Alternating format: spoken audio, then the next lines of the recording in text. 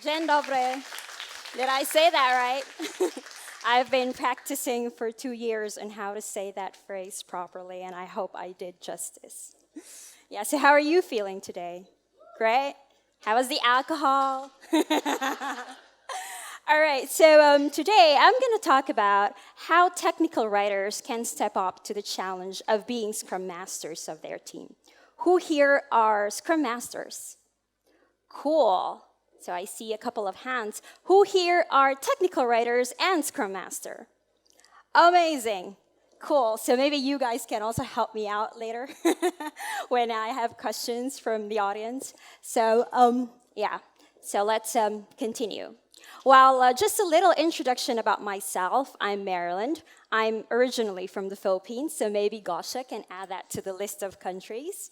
Yeah, but I'm now based in Munich, Germany, and I'm working at SAP Hybris. I'm an information developer. And yeah, for 2 years, I'm writing technical content for them. And I'm also a Scrum Master for a year now. And in my free time, I organize events for Write the Docs Munich. So, anybody here who does not know what Scrum is? Cool. I don't have to explain what Scrum is. So, yesterday at Yarek's talk, I'm sure you still remember, he mentioned that he has so many hats that he wears at his role, right? So he has a long list, like he's a technical writer, he's a copywriter, an editor, and blah, blah, blah. Let's add one more into that list. Let's add Scrum Master. As if, technical writing isn't challenging enough. So let's add one more. Now, how did I start? Well, it actually happened one day when I was a technical writer of a Scrum team. At the start of the sprint, there aren't really a lot of tasks for technical writers yet, because that's the time when developers are trying to figure out or think about the technology that they're going to use for, to develop features, to develop functionalities. So then I felt a little bored. Well, I have my friends here at SAP Hybris. Yes, I got bored because there were really times that I didn't have anything to do. And I felt so bad. I was in the daily stand-up meetings and I would be saying like, I don't really have anything much to say. I felt very guilty. So I thought, what can I do? I mean, how can I help my team more? And then the opportunity arrived. So my previous Scrum Master, who happens to be our tech lead, said that, I don't want to be a Scrum Master anymore. I've been doing this for years, and maybe someone else can volunteer to do it. And believe me, no one in the team said anything. Total silence for like 5 minutes. People were like staring at the floor, staring at the ceiling. No one said anything. And I don't know what got into me, but I said, well, maybe I can help. And at that very moment, I became the Scrum Master. And I was like, well, I just said I want to help. But then, no, you have to be the Scrum Master because you said so. Okay, now I became the Scrum Master without actually knowing what the Scrum Master really does. So anyone from the audience can tell me what a Scrum Master does. Those Scrum Masters, I know who you are. Anyone? Yes? Okay, never mind. Well, there are actually there are so many things that a Scrum Master is supposed to do. But to sum it up, a Scrum Master is actually a servant leader. As a Scrum Master, you have to ensure that the team understands the Scrum process. And if anyone in the team does not understand what Scrum is, it is your responsibility to coach them and to facilitate learning.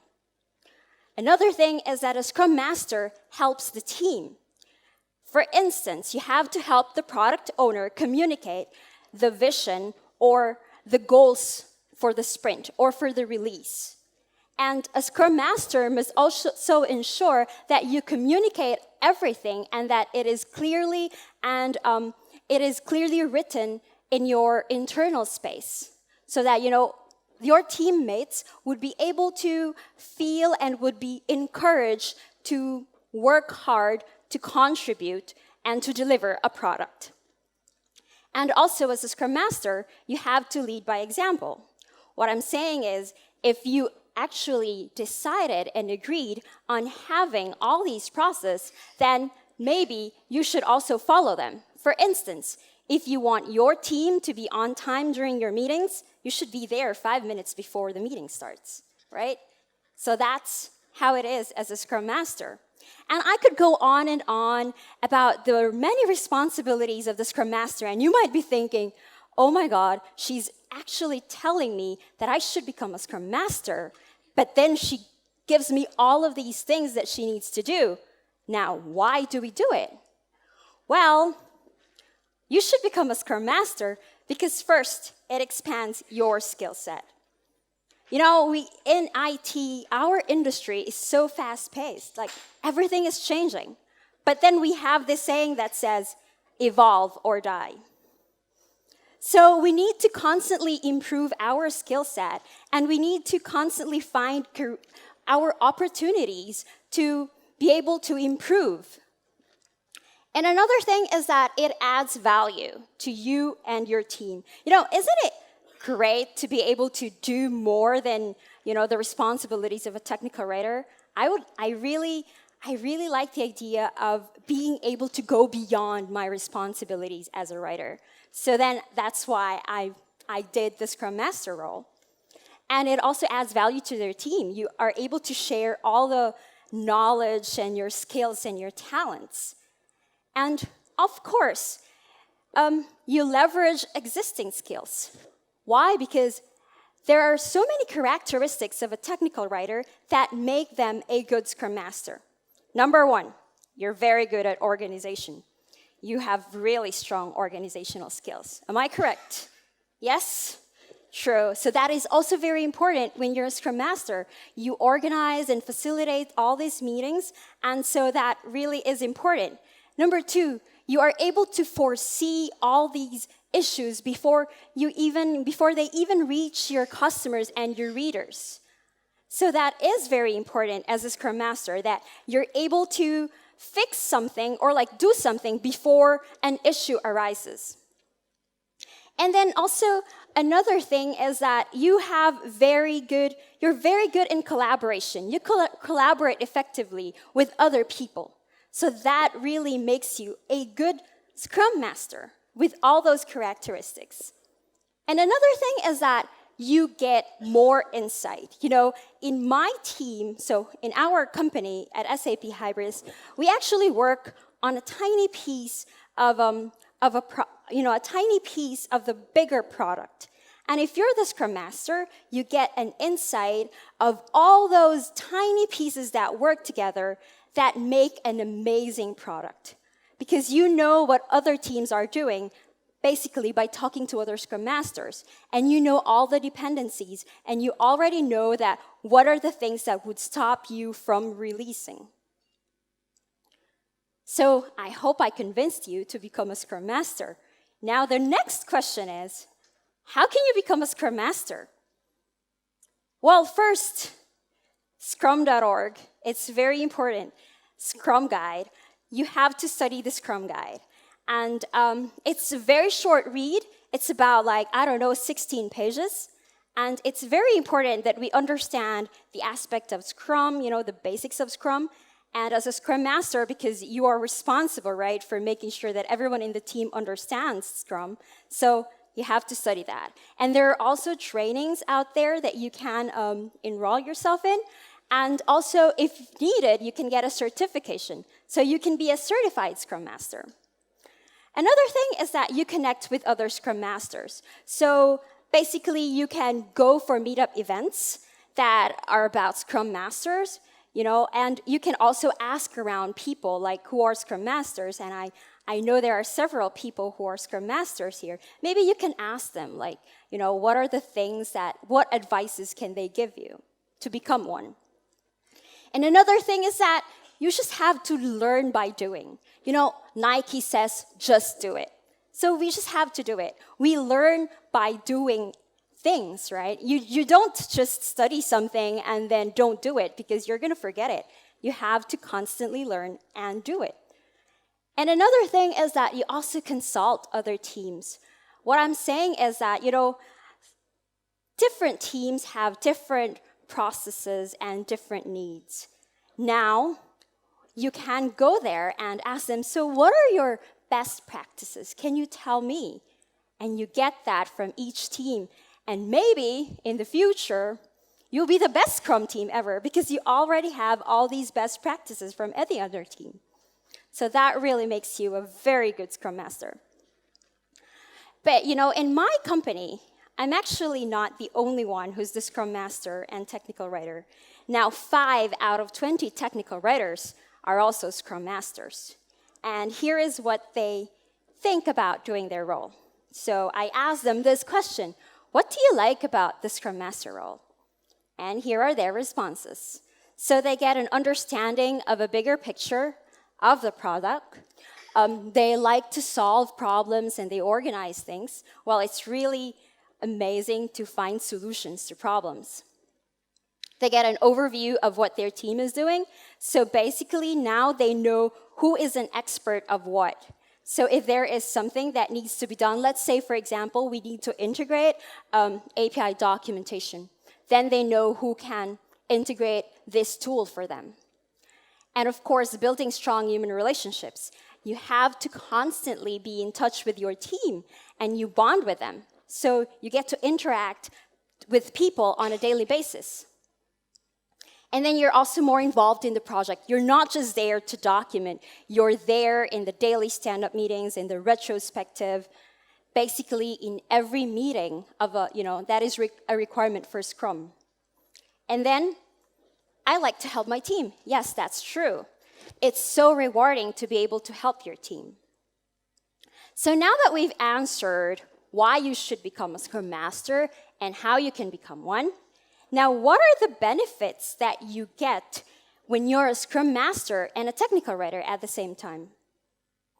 So first is that it encourages more visibility in your role. So we all say that documentation is part of a product. When I became a Scrum Master, I told them the definition of done should have documentation in there. I don't care if you've already finished this product, but documentation should be part of definition of done. And because I was the Scrum Master, I was always reminding them, documentation is needed. It is part of a product. We cannot deliver anything without documentation. So then they couldn't ignore me because, hey, I'm the Scrum Master. Well, I'm not the boss, but I'm still the Scrum Master, and I get to influence their way of thinking. Another thing is that it helps you to know your team.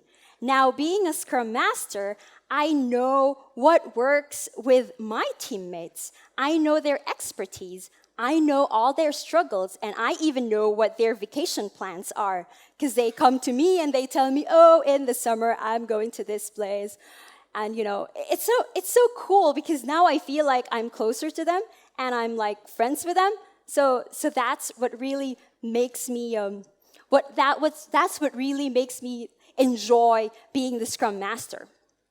And another thing is that it also improves my communication skills because, communication is very important and crucial in Scrum. And I get to talk to a lot of people, not just my Scrum team. I talk to other Scrum teams. I talk to bosses when they come to me and say, there is a critical issue lying in your backlog. What is happening?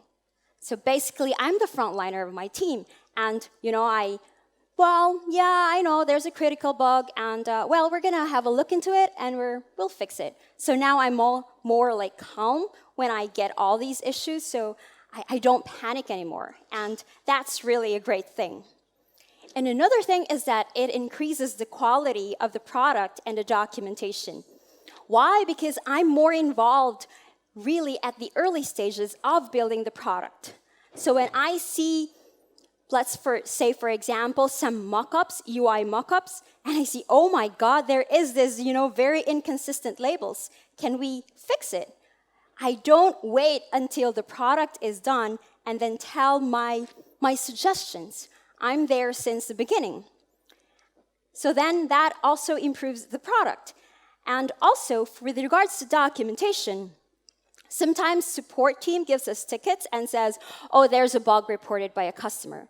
And then we look into this bug ticket. And actually, it's not a bug. It's just that the user didn't use the product in the way that it should be used. So I go to my documentation and I add something into it. Like, well, I add a note. I add like an important notice saying that, well, maybe you should do it like this.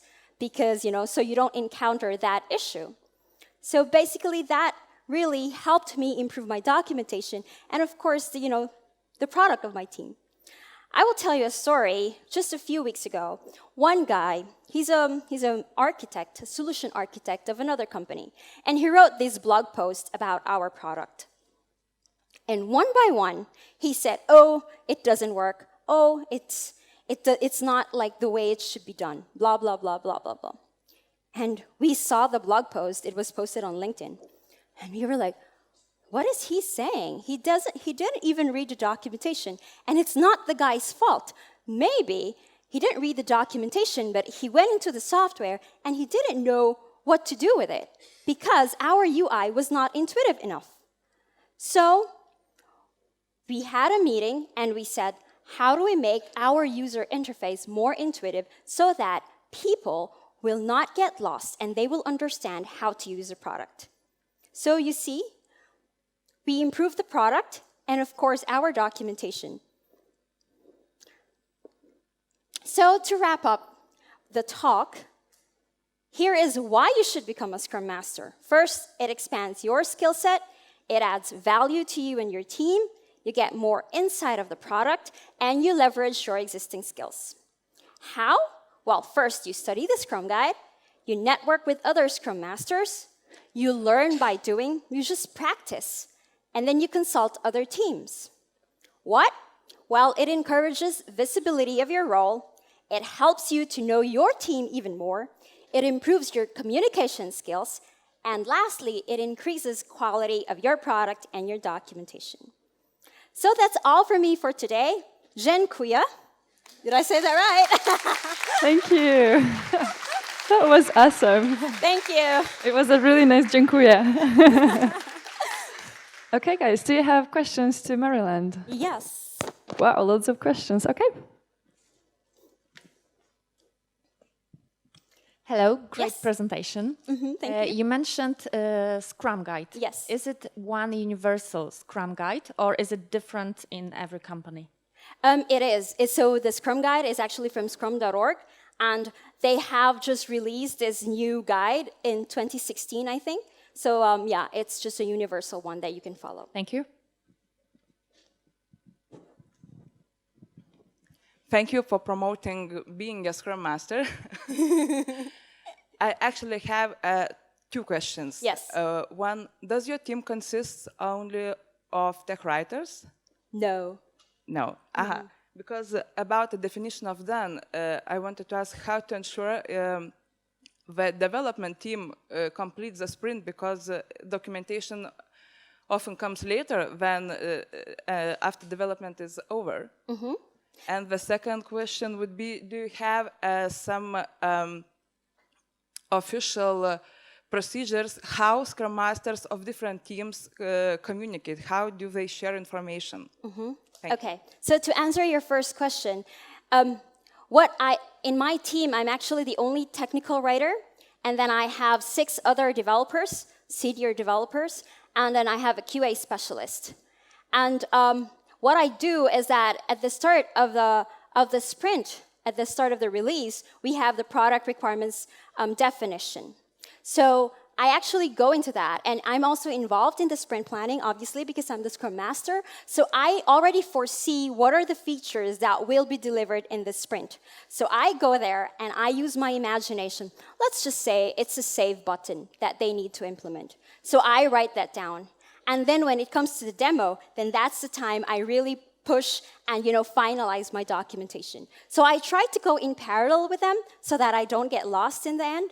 So that's why it's part of the definition of done. And though sometimes it can happen that, they only implemented something at the very last day of the sprint, but the most important thing is that they gave you documentation input. It's not that the documentation is like finished, like it's over, but the documentation input is more important because then you can pick it up in the next sprint. So, and for the second question, how do I communicate with other Scrum Masters? Well, I'm very lucky because in our organization, our software development manager has a once a week meeting with all the other Scrum Masters. So there we actually talk about all the things that we encountered in the, during the week, what problems we had and how we resolved it. So we basically share best practices in those meetings. So yeah. One more question only. Me. Okay. Yeah, Marilyn, first of all, great presentation. And Thank you. My question is, the Scrum Masters I've worked with were extremely technical people. And I'm not sure if it's just me, but I couldn't help but wonder, have you ever felt like you're missing some technical skills when the developers discuss stuff? To be honest, in the Scrum or in Scrum.org or in any other thing, the Scrum Master doesn't need to be technical. Though it helps that you are technical. But the thing is, it is very important for the product requirements, the PRD, to be non-technical. Like, you have to understand it, like, even as a non-technical person. Because you don't really need to know Java to become a good Scrum Master. So I never felt like I needed to be like, wow, Java certified developer to be a good Scrum Master. No. And I also know that in case I have like difficulties in understanding technical questions or like in technical topics, I can go to my tech lead. And I have like 6 developers behind me who can back me up. Okay, cool, thanks. Salamat po. Walang anuman po. Thank you, Marilyn. Thank you for all your energy. You're like, Thank you. yeah, thanks.